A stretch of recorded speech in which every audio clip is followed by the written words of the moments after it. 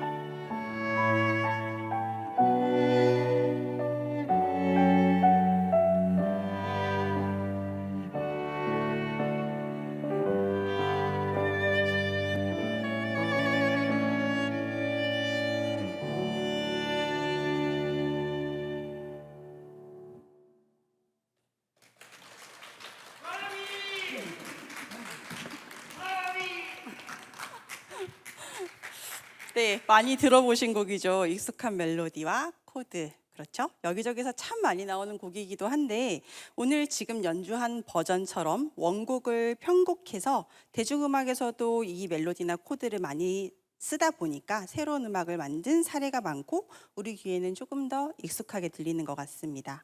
이처럼 오늘 콘서트에서는 작곡가가 만든 원곡 그대로를 연주하는 버전과 4개의 악기 구성에 맞춰 일부 편곡된 버전의 음악으로 연주된다는 점을 미리 말씀드리겠습니다.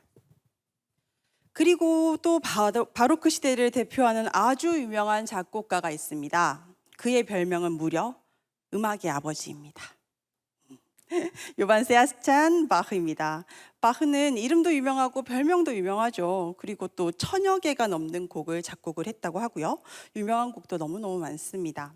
그도 그럴 것이 그의 아버지도 할아버지도 형도 아들도 모두 음악가였다고 합니다.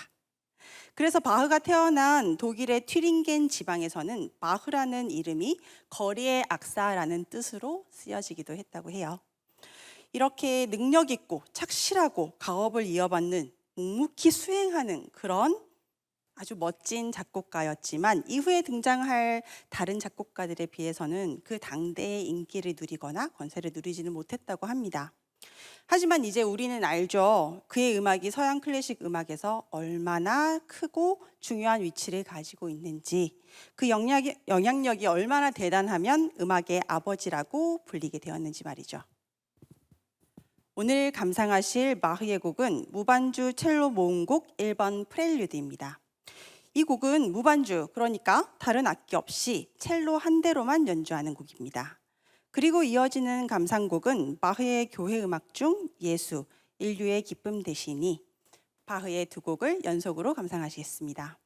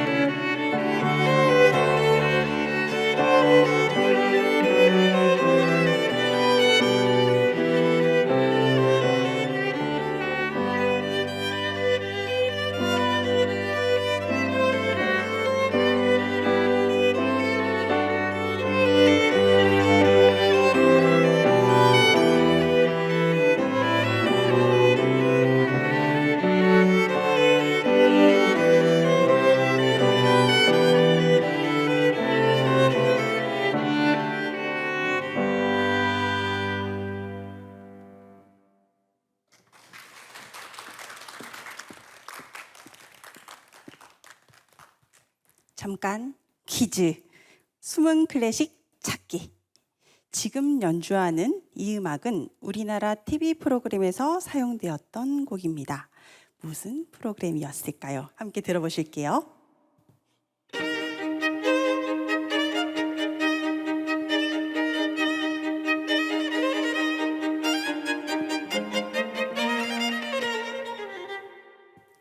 이 곡이 어디서 나왔는지를 알고 계시다면 저와 비슷한 연배이시거나 높으실 겁니다. 네, 이 음악은 MBC 장학 퀴즈, 네, 트럼펫 연주의 이 음악으로 장학 퀴즈가 시작되었습니다. 아시는 분들은 이제 네, 이 장학 퀴즈 노래의 작곡가는 하이든입니다. 프란츠 요제프 하이든의 트럼펫 협주곡, 이 곡도 무척 유명하지만 딴딴딴딴딴딴딴딴딴딴딴딴딴 이 곡으로 더 유명한 놀람 교향곡, 런던 교향곡 등의 106개의 교향곡을 만든 교향곡의 아버지입니다. 가난한 집안에서 태어났지만 마흐만큼이나 아니 바흐보다 더 성실한 공무원 스타일이었던 하이든은 궁정음악가로서 행사 때마다 놓치지 않고 또 열심히 많은 음악을 작곡하면서 연주했고 또 귀족에게 신뢰를 쌓게 되었고 많은 사람들의 존경을 받게 되었다고 합니다. 그런데 모든 면에서 훌륭할 수 없는 게 또 인간인가 봐요. 하이든은 결혼 전부터 처제를 사랑했고요. 그래서 결혼 생활이 순탄치 못했고 행복하지 못했다고 합니다. 또 47살 늦은 나이에 19살 유부녀와 사랑에 빠지게 되었는데 또 불륜은 하지만 이혼은 하지 않겠다. 본처와 살지만 또 불륜도 계속 이런 식으로 그리고 이 19살 유부녀와 사이에서 아들도 낳게 되는데 이 아들이 자기 아들이 아니다라는 부정까지 하게 되면서 사랑에 빠진 게 죄는 아니잖아라는 유명한 말처럼 이런 치명적인 스토리를 후세에게 들려주고 있습니다. 그런데 사실 하이든 이전에 또 유명한 작곡가가 있습니다. 빠뜨릴 뻔했어요. 음악 먼저 듣고 이야기 나눠보도록 하겠습니다. 조지 프레드릭 핸델의 오페라 리날도 중 울게 하소서입니다.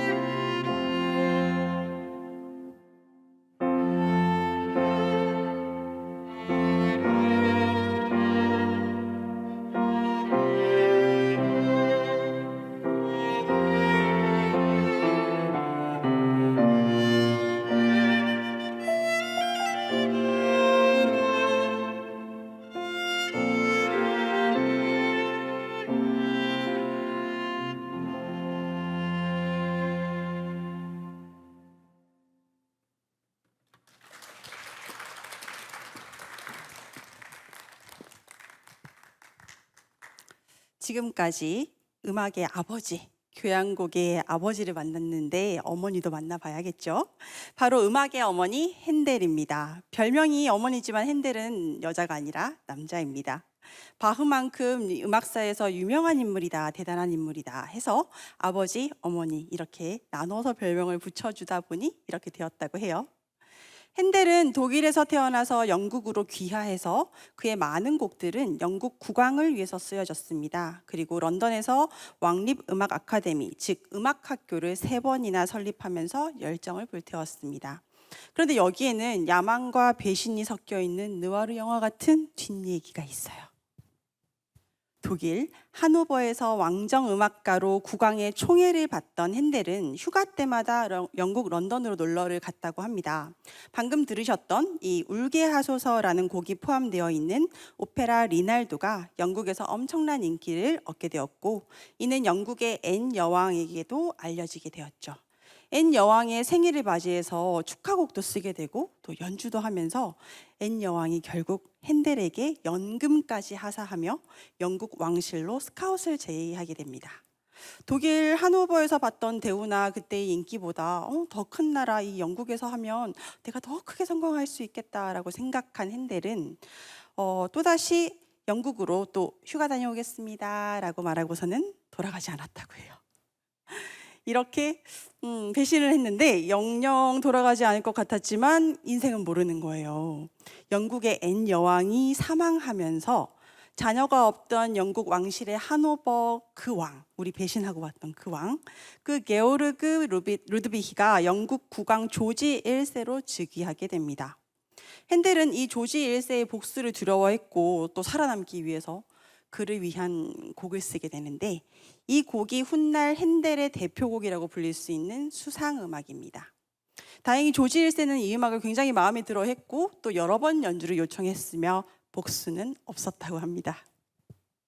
이렇게 바로크 시대부터 이어진 궁정음악가의 삶은 다음 시대 고전주의 작곡가에게 연결됩니다. 18세기부터 시작되는 고전주의 예술 흐름에 혜성같이 나타난 신동이 있죠. 신동하면 모차르트죠. 설명이 필요 없는 최고의 천재 작곡가 볼프강 아마데우스 모차르트는 오스트리아에서 태어나서 궁정음악가인 아버지에게 음악 교육을 받았습니다. 모차르트는 3살 때부터 피아노를 완벽하게 쳤다고 하고요. 5살부터 작곡을 시작했다고 합니다. 아이가 이 정도로 똑똑하면 부모님 마음이 어떨까요? 치맛바람이 엄청났던 모차르트의 아빠는 당장 본업을 그만두고 아이들을 가르치는 일에만 몰두합니다. 모차르트가 6살이 되자 가족 모두가 독일, 프랑스, 스위스 등 유럽 전역을 다니면서 여행하며 귀족들 앞에서 연주를 했고요. 또 17세가 되던 해에는 오스트리아 잘츠부르크의 궁정 작곡가로 취임하게 됩니다. 지금으로 치면 아주 높은 고위 공무원이라고 해요. 그런데 모차르트는 12살이나 17살이나 또 죽음을 맞이하게 되는 35살까지도 여전히 6살에 멈춰있는 어른아이였습니다. 모차르트가 쓴 371통의 편지 중 10%가 넘게 해당하는 내용은 똥 얘기였다고 합니다. 우리 아이들이 똥방구 아주 자지러듯이 웃듯이 그렇게 말이죠. 청년이 된 모차르트는 답답한 이 공무원 같은 생활을 못 참고 박차고 다시 나갑니다. 그러나 쉽지 않죠. 결국 귀족 자녀들의 음악 선생님으로 취업하게 됩니다. 모차르트는 그 중에서 어떤 한 제자와 사랑에 빠지게 되는데, 그녀는 콘스탄체라고 하는 사치와 유흥과 도박을 일삼는 여자였어요. 아버지는 이들의 사랑을 반대했으나 이들은 끝끝내 결혼을 하고 말았고, 이 두 철부지는 흥청망청 살게 됩니다. 이때 당시 모차르트의 수입은 그야말로 유럽에서 손꼽히는 고소득자였다고 해요. 그런데 사치 앞에 장사 없죠.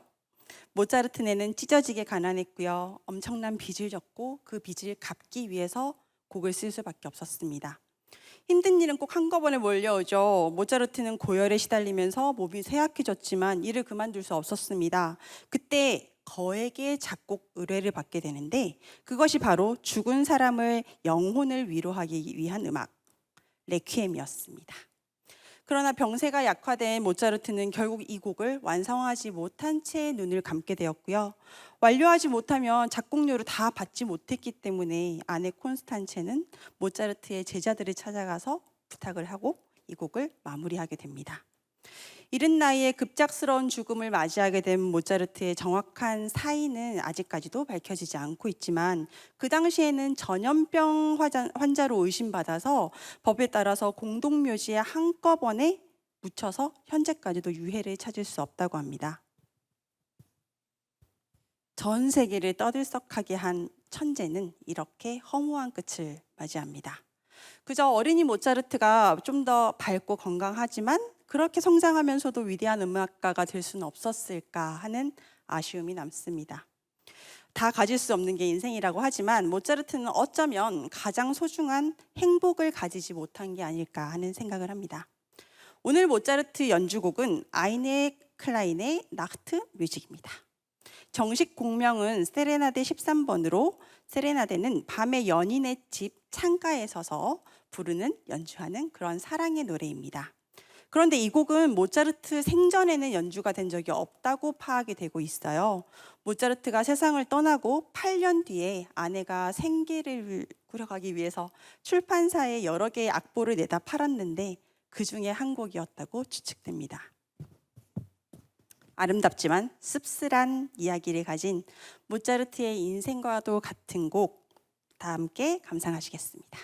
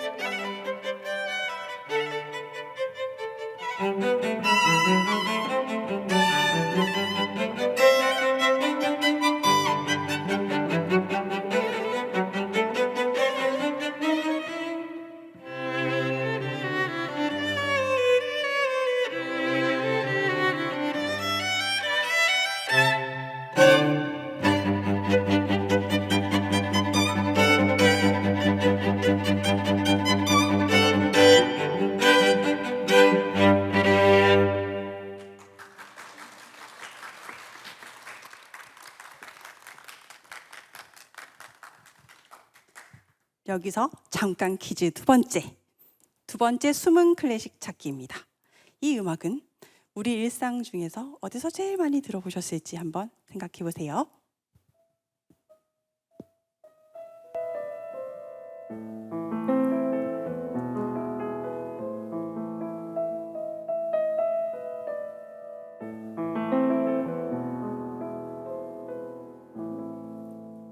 우리 친구들이 지금 아는 것처럼 이건 아는 곡이다 라고 맞아요. 피아노 학원만 지나가면 아주 쉽게 들을 수 있는 곡이기도 하고 예전에 자동차 후진할 때 나오던 소리이기도 했습니다. 엘리제를 위하여입니다.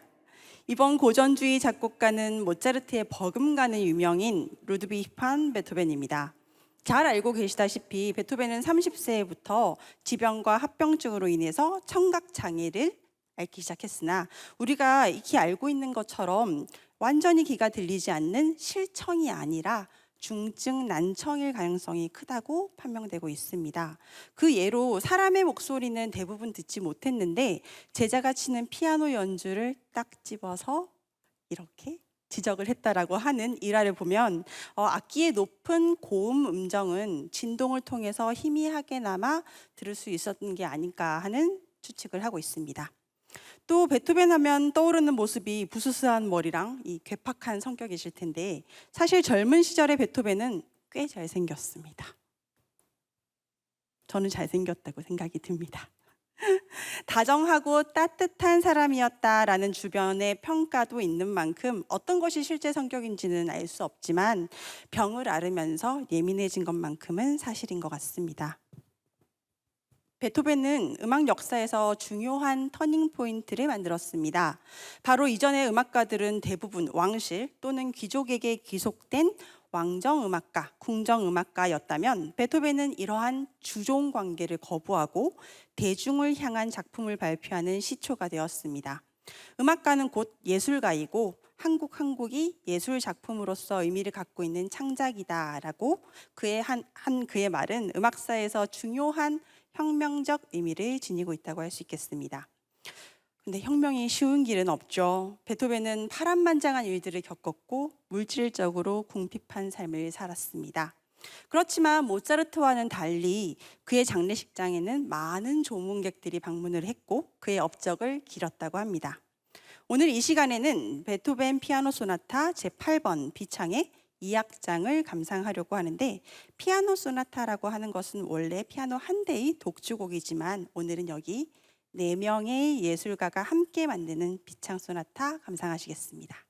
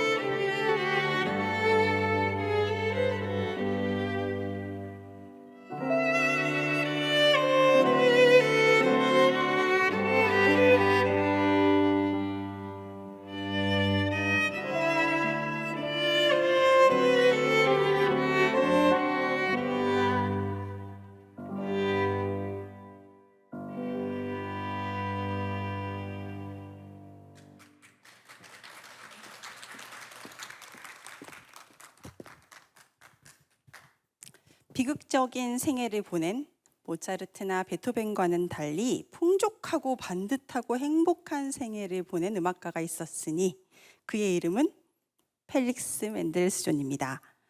그는 독일의 작곡가이자 피아니스트이며 또 지휘할 때 쓰는 지휘봉, 그 지휘봉을 본격적으로 사용한 지휘자이기도 합니다. 유대인 은행가 집안에서 태어나 좋은 환경에서 좋은 사람들을 만나며 안정적인 인생을 살았던 멘델스존은 그만큼 성품도 온화했고 학식도 넘쳤고 또 이를 반영하듯이 그의 음악은 밝고 아름다운 음색이 넘쳐났습니다.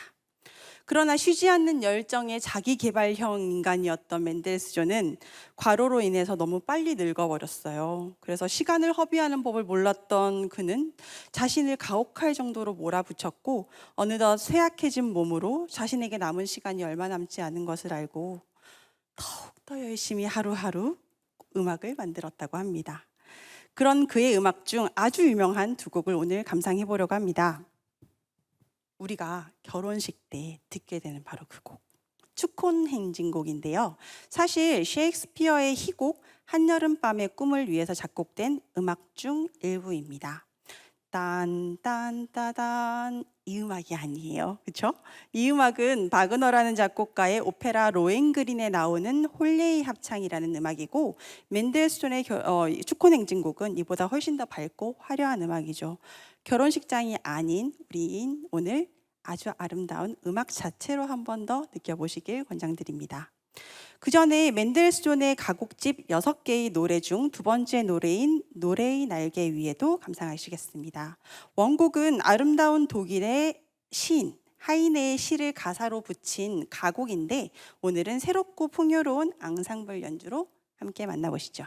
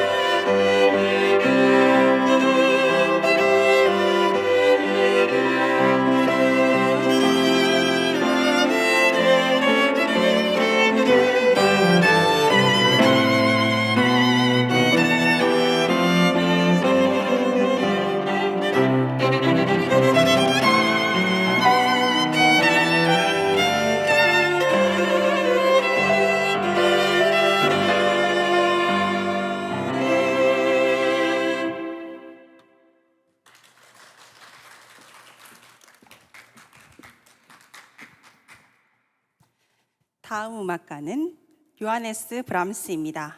그런데 브람스의 스토리를 얘기하려면 지나칠 수 없는 인물이 한 명 있습니다. 브람스의 스승이기도 한 작곡가 로베르트 슈만입니다. 앞서 함께한 멘델스존과 함께 슈만은 초기 낭만주의를 대표하는 음악가입니다. 슈만의 유명한 음악으로는 선생님 한번 부탁드릴게요.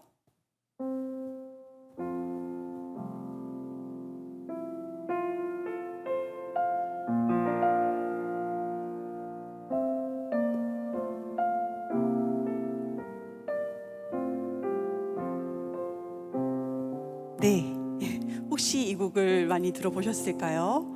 그런데 앞서서 나온 이 작곡가들에 비하면 조금 덜 유명한 곡 같죠?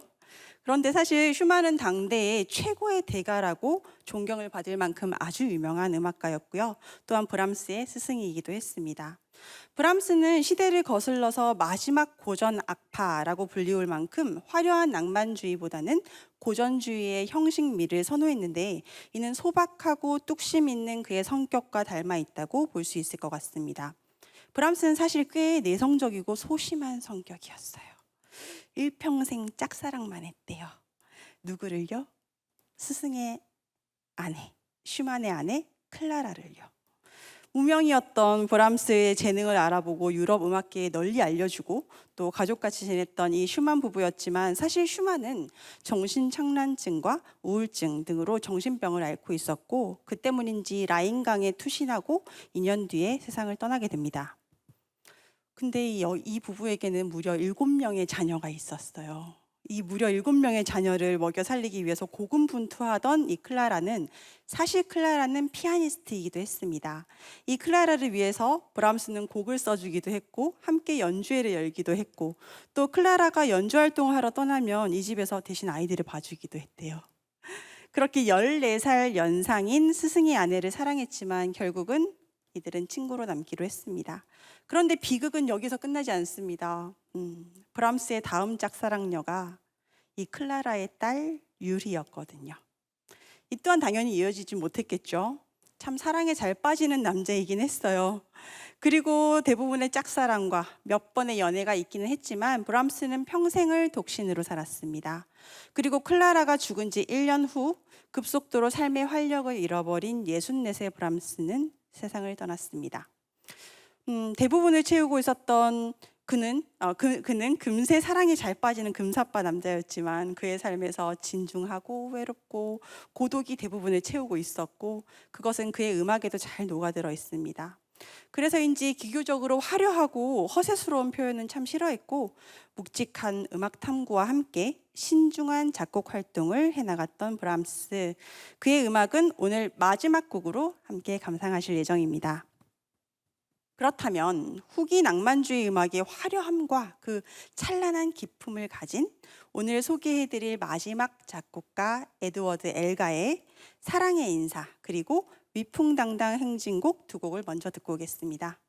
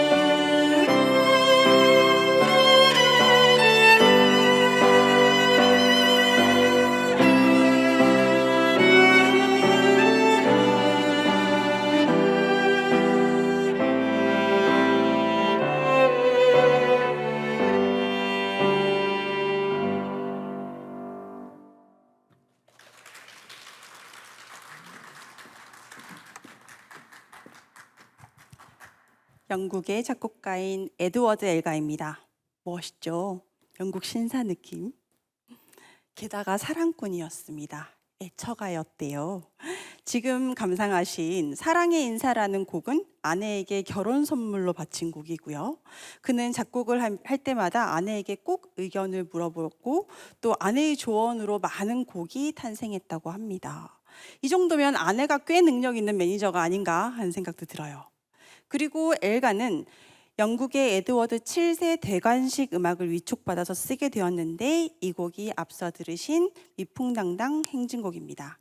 이 곡은 당시의 국왕과 국민들에게 많은 사랑을 받기도 했지만 제1차 세계대전 때 영국인의 애국심을 불러일으키는 노래로 전 국민적인 찬사를 받으면서 지금까지도 영국의 주요 행사에서 울려 퍼지는 대표적인 음악이 되었습니다. 자, 이렇게 바로크 고전 낭만 시대를 주름잡은 10명의 음악가 인생 이야기와 7명의 작곡가의 10개의 곡을 들었습니다. 이제는 자유롭지만 고독한 삶의 주인공 금사빠 남자 브람스의 헝가리 무곡 5번을 마지막 곡으로 감상하려고 합니다. 연주자분들께 큰 박수 부탁드리겠습니다.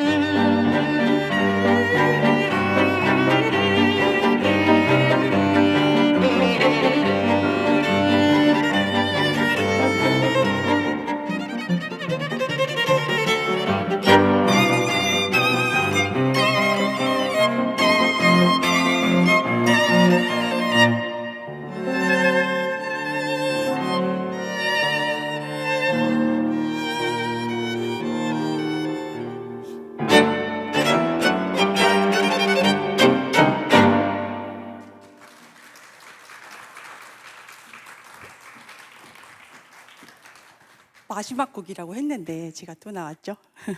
이렇게 끝나기에는 제가 아쉬워서 한 번 더 나왔습니다. 이제 끝났다 집에 가야지 하셨던 분들은 잠깐만 한 번만 더 양해 부탁드리겠습니다. 해설이 있는 그레이 콘서트 오늘 어떠셨나요? 즐거우셨나요? 네, 감사합니다.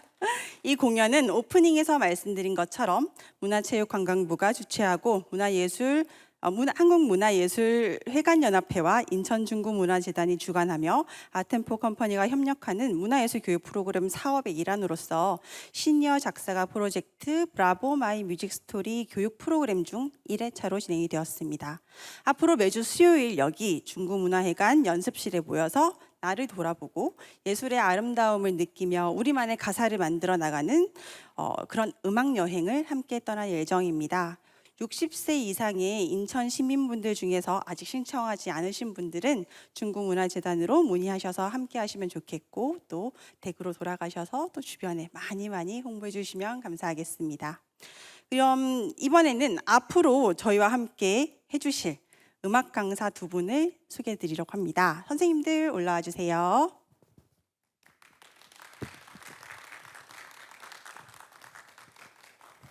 네, 저와 함께 8주간 같이 이제 교육을 진행하게 될 허인혜 선생님, 김경아 선생님이십니다.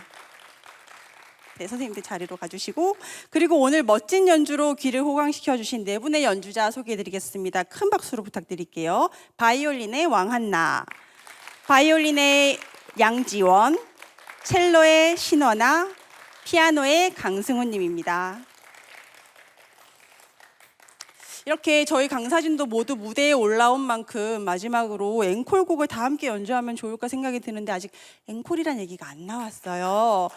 네, 그런데 앵콜의 의미로 우리 아까 제일 처음에 배웠던 브라비가 있었죠. 큰 박수와 함께 브라비 하고 외쳐주신다면 저희가 멋진 무대로 저와 같이 연주하도록 하겠습니다. 한번 외쳐주실까요? 고맙습니다. 감사합니다. 이런 열화 같은 성원에 힘입어서 에릭 스타트의 유튜브라는 곡으로 마지막 곡 연주하도록 하겠습니다. 오늘 함께 해주셔서 감사합니다.